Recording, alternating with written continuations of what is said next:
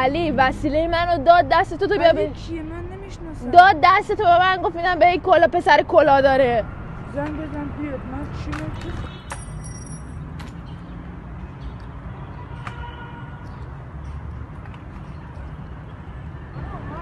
شیشه ماشین پاک میکنم. نگاه کن از خونه الان زدم. در بیار پالتو من برو آقا برو آقا دنبال من برو آقا دنبال من میگم برو زدی با توهم زدی شیشه برو آقا برو میگم دنبال من بیا آقا تو رو خود منو ببر میگم دنبال من. اگه تو برنداشی بس کی برداشته این وسیله؟ یه تیغ به من میدین؟ یه چیزی زیر پوست منو داره منو اذیت میکنه. یه تیغ به من میخوام دستم ببرم درش بیارم. نداریم یه تیغ به این طور خدا زیر پوستم داره اذیت میشه. زیر رفته یه چیزی توش. ببین بغلی داره. این بغلی تیغ داره. بغلی چیه؟ این بغلی من واسه بغلیمون.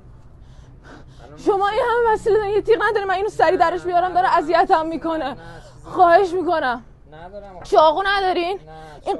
این قیچیه چی میبره این؟ نه این کار قیچینی نمیبره.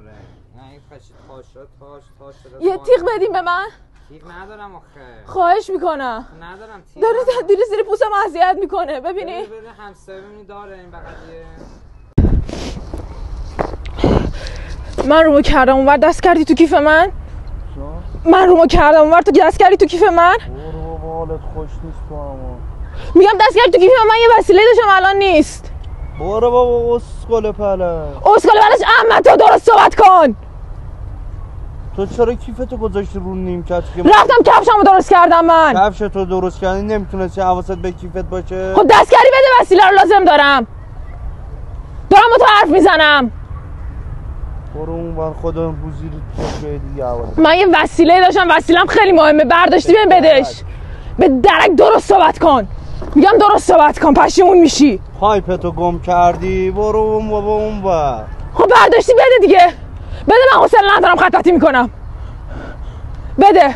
من ور نداشتم برو اون بر. ببینم کیف تو. کاری نیستی که کیف منو ببینی. وسیله منو برداشتی بهم بده. اگه میخوام ببینم تو کیفت اگه برنامه‌اش کیفتو ببینم. ای نباشه یکی میخوابونم زیر گوشتا. جرأتشو نداری. واسه فولامو ور نداری. تو بردار.